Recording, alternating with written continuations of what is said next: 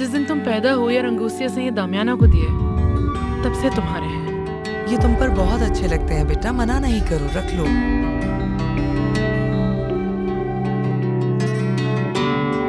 वो डॉक्टर आया था कब्रिस्तान और उसने टोरिबियो को बहुत धमकाया भी था। क्या? हाँ, फिर मैंने उसे वहाँ से भगाया। अच्छा है तुम उसके साथ ज्यादा टाइम स्पेंड करो, दोस्तों की तरह है ना। तुमने डॉक्टर इसारो को ये बात क्यों बताई कि मैं प्रेग्नेंट हूँ टोरिबियो? क्या टोरिबियो से कोई गलती हो गई? तो फिर मैं शहर जाकर खुद उनसे मिल लेता। अगर मेरा मशवरा मानते हैं तो उन लोगों से अब दूर ही रहें।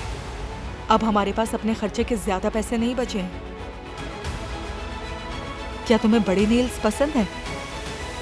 देखो ज़करियास, मुझे हर काम सीधा और सही पसंद है, इसलिए जो भी काम करवाओ मुझे उसकी रसीद चाहिए। मैं जानता हूँ मरीना, लेकिन उसने जो किया उसके बाद वो डीएनए का मुतालबा कर सकता है। नो नो नो बाल्टोमेरो, नो।